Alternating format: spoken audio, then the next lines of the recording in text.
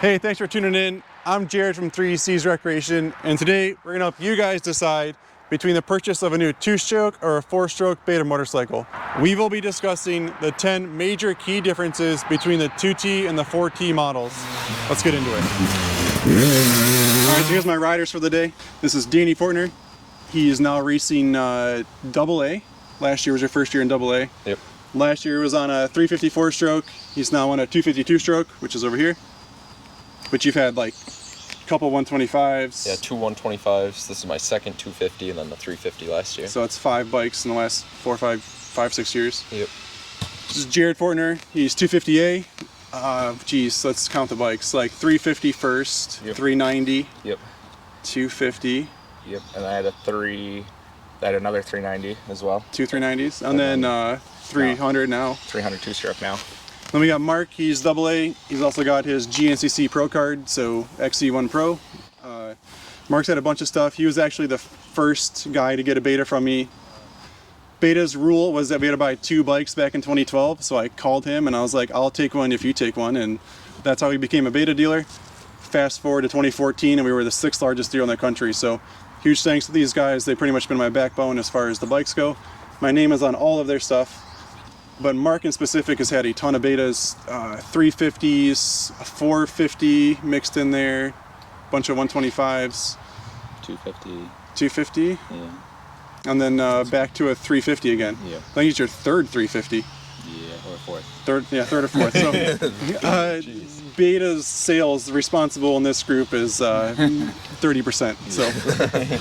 So what we want to do is we have 10 key differences on these bikes.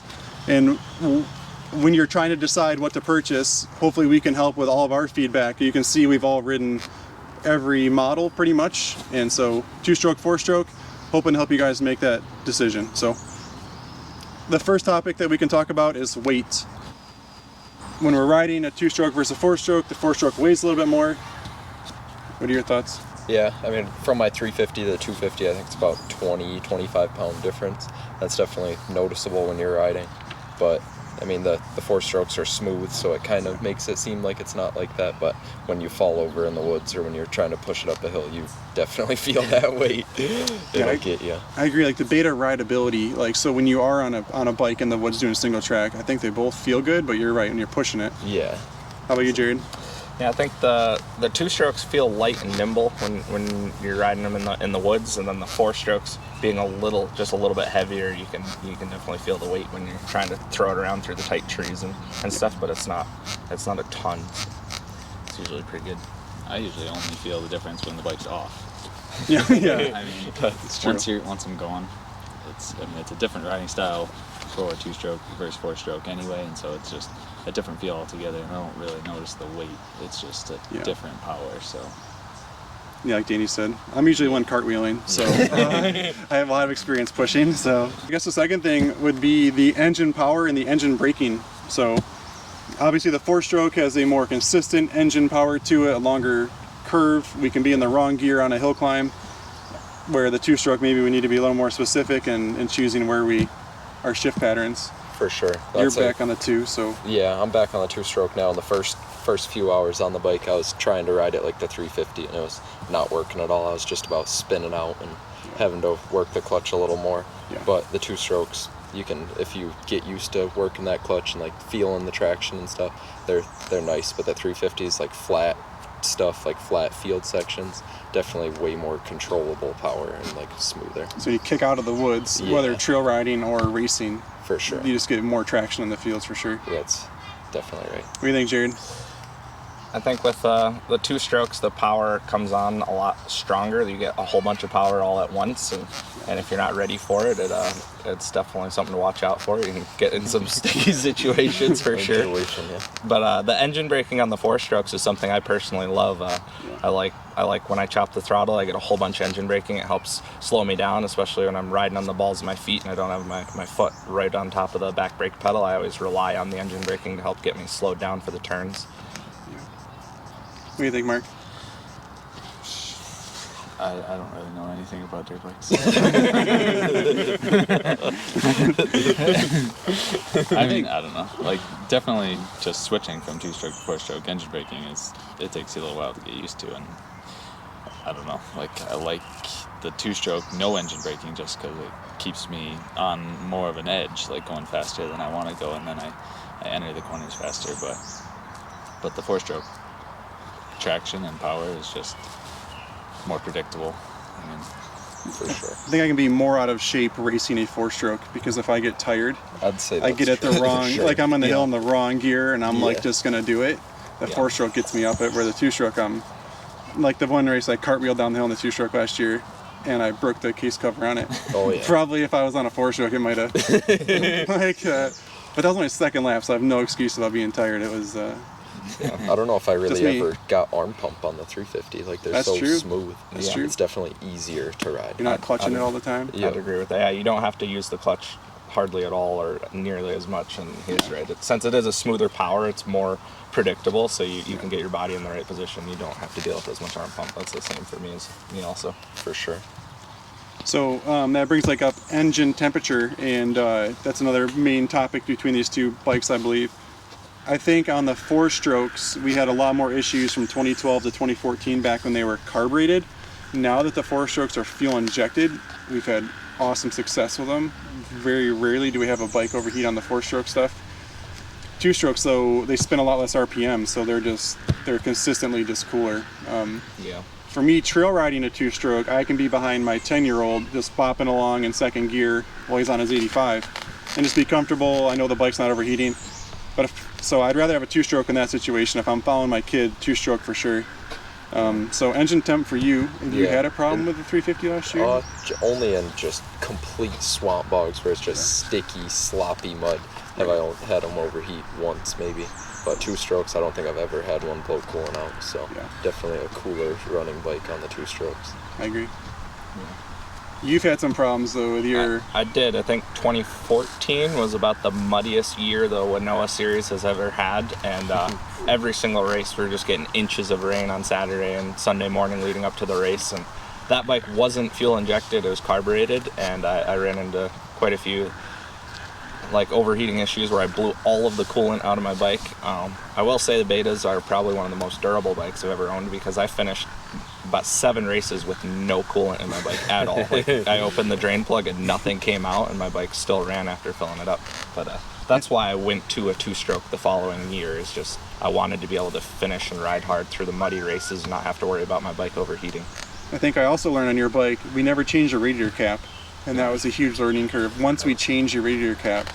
It was better. So if you guys have an older 4-stroke that's overheating, the radiator cap, it's only like $20. Try that first. Yep. Which I didn't do until we learned more. Yes. Not saying that would have helped. That was a 390 4-stroke, by the way, he's referring to. Yeah.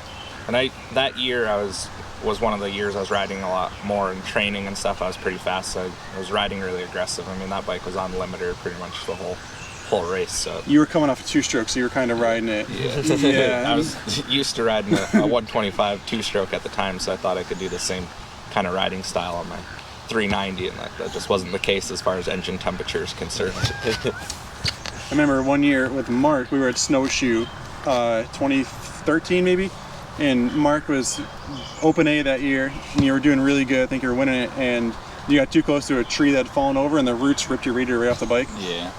He finished the whole rest of that lap in our 20 minutes with no coolant in his 350, went in Open A, pulls into the pits, and I'm standing there with like a water bottle and some gas. He's like, I need a radiator. And I'm like, so luckily I had raced the morning race, same bike, and in 7 minutes we put the radiator off my bike on his bike, That's right. and then he went out and threw down some super fast lap times. I think he was mad, so that was kind of cool. So 4-stroke reliability on those older things, like you could run them without coolant, and Yeah, they lasted forever. I agree. They were durable for sure. Your new bike, any issues with? No, every time after every race I pull the cap off and it's still to the brim, so. You're pretty smooth though riding. Yeah. I'd say Jared's way more revvy 2-stroke, which probably caused more overheating, where you're way more like silky smooth. I've never actually hit the rev limiter on any 4-stroke. I've never heard it. Yeah, don't I know, what it I agree. sounds like, so You hear those Yami 250s all the Yeah. time. I'm like, I've never heard it on a Beta. I'm like, I still don't know what it sounds like. That's For true. the first couple of years, I didn't think they had rev emitters, and then somebody told me they did. Yeah. And I was like, really? They definitely do. I've only ever hit mine when I catch neutral right as I'm trying to like Find clutch something. dump out of a corner. That brings us to topic number 4, which is maintenance. So 2-strokes, we never keep our bikes long enough. Like, especially me, I think one year I had 8 new bikes and 11 races. So I wasn't even changing rear tires at that point. I was trying to get hole shots on DOT stuff. So I don't even think you're cleaning air cleaners. Air cleaner was dirty, time for a new bike. go into the showroom, yeah, pick out a different one. So maintenance, though, obviously we work on bikes. All these bikes are bulletproof. Beta gives you a 6-month warranty on the RR models, and then the street legal stuff you get a 1-year warranty. But honestly, like even top end stuff, 2-strokes is super simple. Yep, for sure. And 4-strokes on a daily, weekly basis, you have to do more with your engine oil. You got engine and transmission versus 2-strokes, you're just the gearbox side. Oil filter on the 4-strokes. Yeah, oil filter. We have some videos on our channel on how to do a 4-stroke oil change and 2-stroke oil change. So if you're looking for that, scroll down and check that video out. But air filters, the rest of the maintenance to me on a 2-stroke, 4-stroke, other than your occasional valve check on a 4-stroke, Yeah. it's the same. Yeah. It's definitely I don't- similar. You know, linkage bearings, wheel bearings, rotors, brakes, like all that stuff is the same to me. Yeah. It is. Um, Agree. top ends are more expensive on a 4-stroke, which we all know. So, but betas, man, like we did like a top end in your 2012 after 3 years of E-Racing Pro on it. Yeah. That was it. Yeah. This lasts forever. Just do your valve checks. Call me. We can do a valve check on it. So that brings us to topic number 5, which is starting. This is a huge one, especially if you're racing. If you're trail riding, they're all electric start these days. You got a button on the handlebar.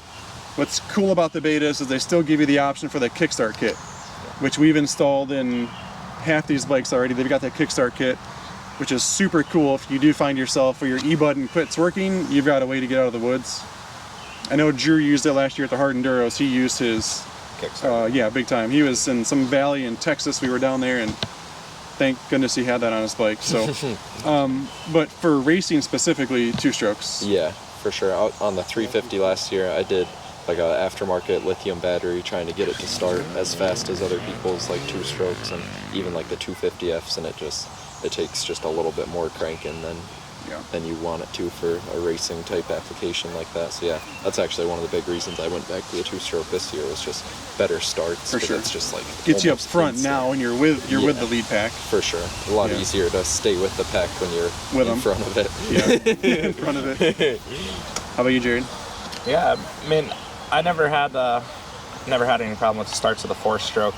Back when the last one I had was a 2014, and it had the kicker on it. So whenever I started, I was riding Open A at the time, so everybody was kind of in the same boat. It was before most of the major bike brands had electric start. On the In fact, 2-stroke. I was one of the only ones on the line with electric start, so I used to use the electric start and Kickstarter, so I used to get pretty decent starts. And then the last couple of years I've been on a 2-stroke, and with the electric start and still using the kicker at the same time, I'm usually top 5, if not top 3 every weekend. So, you know, it's nice being able to start fast on the 2-strokes, and that's definitely agree. an advantage, being able to get out front early. So Yeah. 125s get the whole shot every time. That's pretty much. 125s are a 2-stroke kickstart model. Yeah. Yeah. They Yeah. start so fast, but Yeah. 350 doesn't start that fast. But Our first year doing GNCCs, I was not ready. yeah. Like I was, but not. And then like I was on a 300 2-stroke that year, and I had every hole shot. It was really confidence inspiring, but I knew I had like 40 angry kids behind me in open B just ready to like watch me cartwheel. So if you want to start fast, get a 2-stroke for sure. agreed. Yeah, Definitely. And huge side note is on your 4-stroke, you have to make sure your battery is a perfect 12 volt. Not just for starting, your maintenance, you need to make sure if your bike is not running right, most likely a battery, guaranteed.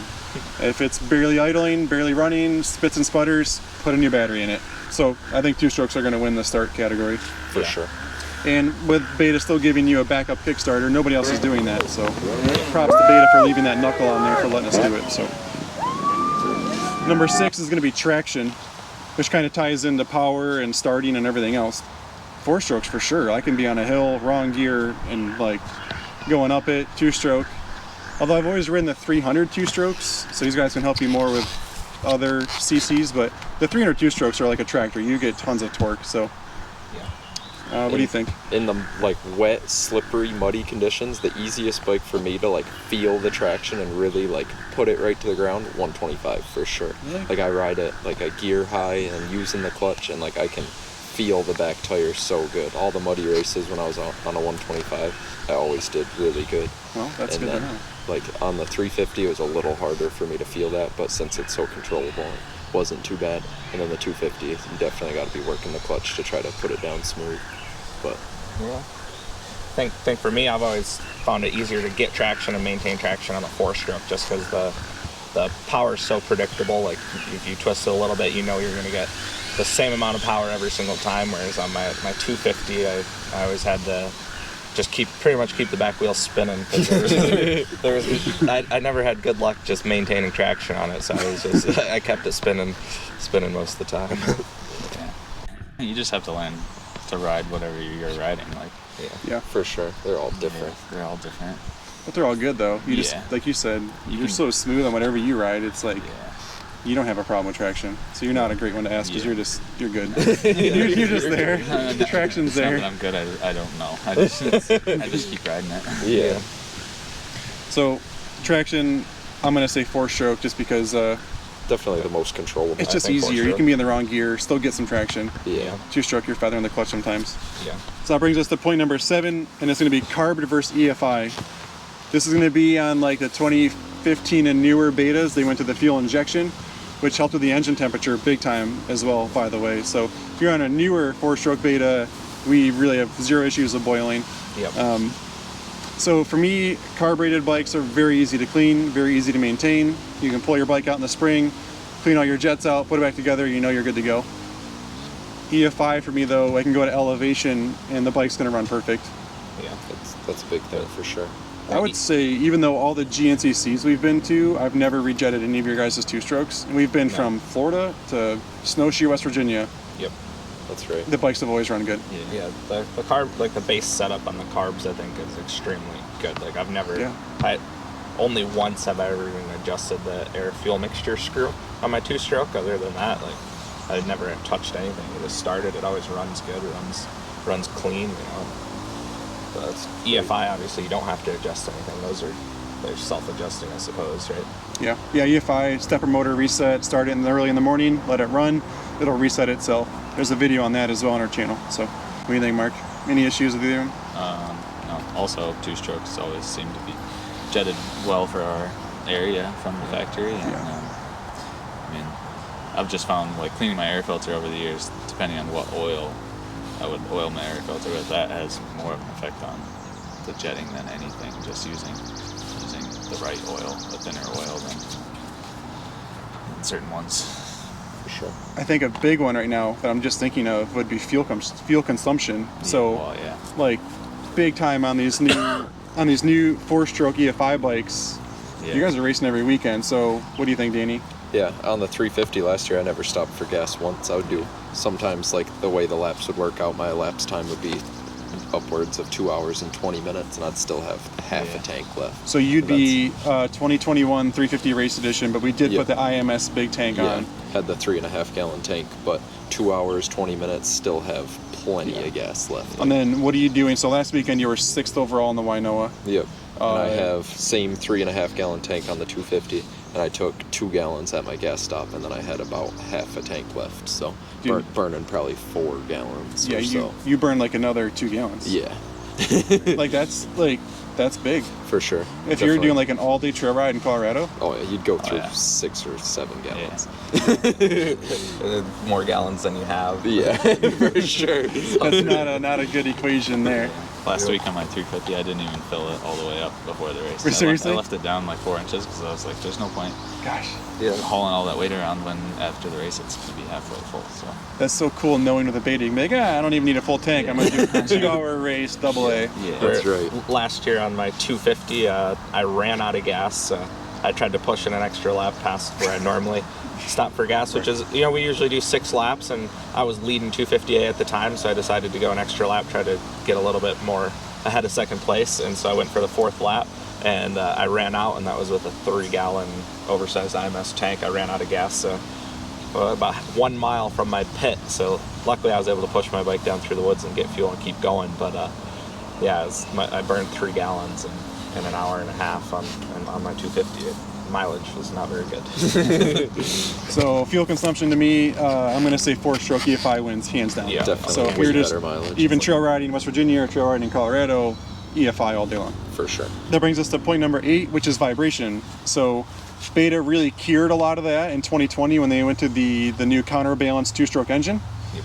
4-strokes have always been buttery smooth, but in 2020 they did a good job with that counterbalancer. Yeah. You've had both 125s that were not counterbalanced, and then Yep. this bike is counterbalanced. Yeah, the 250, I had a 2015 250 Oh, yeah. that was not counterbalanced. And that, like, the first couple of races of the year when you're not in the best shape and stuff coming out of winter, like, I've had my hands go numb from vibrations and, like, getting arm pump and stuff. And, like, the counterbalancer is so much better. It literally Yeah. is so smooth Yeah. that, like, you hardly even feel it. Yeah, I Like, agree with it's, that. It's a lot better. And it made the power delivery smoother than the older ones. Even just that, like having a little more weight rotating, I feel like smoothed it out a little bit. So smoother plus better traction. Yep. Plus less arm pump. Yeah. Definitely less arm pump. Yeah. The smoothness on the counterbalanced bikes is pretty impressive. It's huge difference. My old 250 felt like riding a dryer full of bricks around compared to I'm not even kidding. It used to vibrate quite a bit. Like, it was noticeable. You sit on it and everything's rattling, and you'd have to nut and bolt the bike after every race just because of things rattled loose. But now with the counterbalanced bikes, they're so smooth. Like, you know, I've noticed things don't come loose as often. So. That's really true. On my 300, that wasn't. I forgot about the. You had a 300. 19300. Yeah, that's the 6th beta. I forgot about that one. But yeah, I've had motor mount bolts Yeah. completely gone Yeah, after just one disappear. ride. I've had nuts and bolts all over on everything come Yeah. out before the counterbalancer, and that thing, every time I check everything, it's still tight. So that's another Yeah. thing. Like, that stuff doesn't come loose as much with a counterbalancer. I agree. I had to replace the O-rings on the exhaust pipe at least 3 times a year because that other bike used to rattle so much The it old would bike, wear yeah. the rubber O-rings right out, and then it was metal on metal, so I was Oh, yeah. always replacing those. But now with the counterbalance bike being so smooth, less vibration, they don't wear out. So. I don't even know if I've ridden a counterbalance bike. Really? Yeah. You should. I don't know. The demos last year, you probably buzzed around for a second. Yeah, maybe. You were busy that day. Yeah. The pit bike race was busy. Oh, Yeah. But vibration, I'm going to go ahead and say 2 strokes that are newer win, Oh yeah. and 4 strokes win. For sure. The older 2 strokes, great bikes, but you're on a 2-stroke, vibrates more. That's advancement of Beta pushing with the other brands, pushing technology farther with a counterbalancer. For sure. So number 9 is going to be sound, and modified all the heck with these guys. So, I don't even know if we can comment on a stock sound. Nothing here is stock. Nope. A stock 4-stroke is nice and quiet. If you guys are going to trail ride with your friends in Colorado, wherever, single track, I'd probably leave a 4-stroke stock, Yeah. maybe. Maybe And then for the first day. Performance-wise, like, I don't think it really matters. Like, I don't notice a huge gain in horsepower. I agree. Spending a bunch of money on exhaust, I do it purely to make it as loud as possible. That's To right. make people I'm coming up on hear me. So Yeah. for us racing, we want people to know. And Deanie and Mark and Jared, they need to know people are like, hey, they're behind me. We need to move out of the way. So Yeah. Yeah. We deal with a lot of lappers at our local series, so definitely a loud bike gets people out of the way. They get all scared and want to move. So I helps always out. buy a FMF exhaust and then cut 5-6 inches off it. That's exactly what I just did. I got the FMF, the Power Core 2.1, and then I cut the second mount down to mount on the first one, so it's a full 5 inches shorter than it was. they've only got one bolt in the back. I should right. pull, maybe I'll put a little clip in here if I can find it. There's a 125 exhaust. I ended up with one of your guys'. Yeah. I was like, this thing is so darn short. Like, I think it's hanging in my office or something. Like, whatever. I'm not passing that on. Yeah. So I don't know what to say with sound. I think you guys all know what a 2-stroke sounds like. You guys know what a 4-stroke sounds like. If you're going to race, we're going to modify it. If you're going to trail ride, I think I like the quietness if I'm just following the kids around. for sure. Like I said, power isn't noticeable. It's more to get out of the way. Yeah. I think really the clear winner is 2 strokes, and the louder the better. Like, that's what wins 9 times out of 10. And that brings us to the last point, which is going to be the price. So these guys don't know retail ever, so but I will tell you that typically a 4-stroke versus a 2-stroke is going to be like $800 to $1,000 more. So if you guys at home are trying to like budget out like bike plus accessories, maybe you guys end up with a 2-strokes and you can buy $1,000 worth of goodies if needed. Some of you guys like out in California, you can't even really ride 2-strokes. I think we're in New York, so I don't know your rules, but green sticker, red sticker, you guys are kind of all going 4-stroke. So price-wise, do you guys have anything to really worry about? My race budget's usually unlimited, so it's all of my money. Unlimited with the available funds. That's right. All Just the as dollars. much money as I can possibly put into it is what I do to get it to however I want. Yeah. I think I've gone 2-stroke in the past, just looking at like cheaper to buy the bike, but also cheaper rebuilds.